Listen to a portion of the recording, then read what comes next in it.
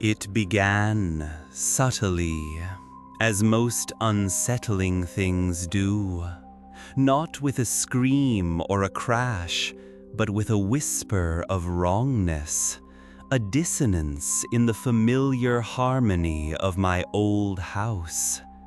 I inherited it from my grandfather, a man of quiet habits and quieter secrets.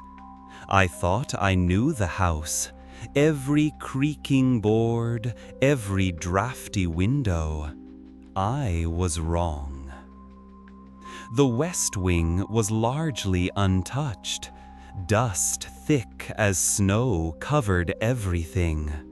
I started renovations there, replacing rotten floorboards in what used to be a study. One day, I discovered a hidden panel behind a bookshelf.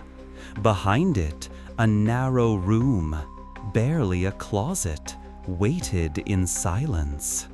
Cold air met me as I entered.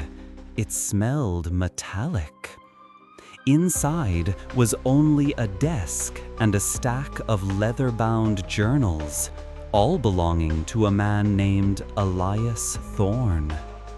The first journal began innocently in 1917, weather notes, estate troubles. But soon, Elias wrote of sleepless nights, of strange sounds, of feeling watched. He chalked it up to stress. Yet, as time went on, his entries grew darker. July 12, 1918. I saw her again tonight, in the garden beneath the oak. Her face was hidden, but I knew it was her. She beckoned me closer.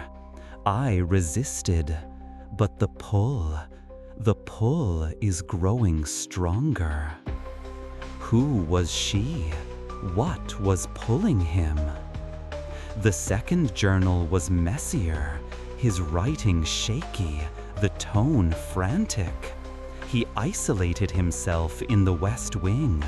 He mentioned rituals, incantations. "It's inside the house," he wrote. "It feeds on silence. I feel it breathing down my neck." On October 31, 1919, a single word was scrawled across the page: "Leave." Despite my fear, I opened the third journal.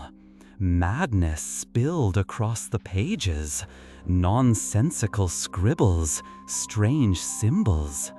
But then, the room, it needs to be fed. It hungers for silence, solitude, memories. Give it what it wants, and it will leave you alone. I fled the room, shaken. I tried to explain it away. Elias was just a sick man, but I couldn't forget the cold in that room, the frantic writing, the final warnings. Then, the whispers began. At night, soft voices echoed through the halls. I told myself it was just the wind, but they grew clearer. And then came the dreams, dark, vivid, filled with shadow and whisper. Dreams like the ones Elias described. One night, I woke in a sweat. I found myself at the West Wing door. I didn't remember getting there. Still, I opened it.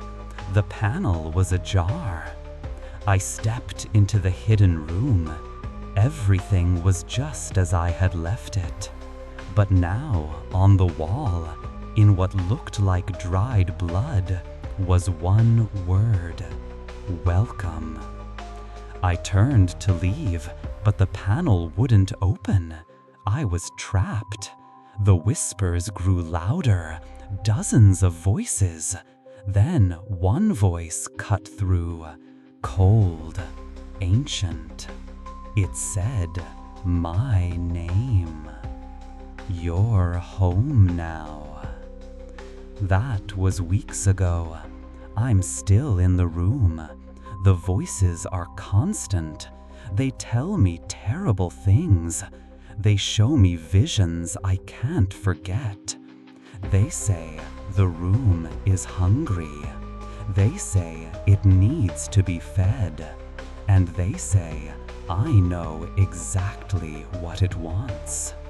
The pull is unbearable. I keep writing, hoping someone finds this. Maybe you did. Maybe you're reading it now. Do you hear them? Do you hear the whispers too?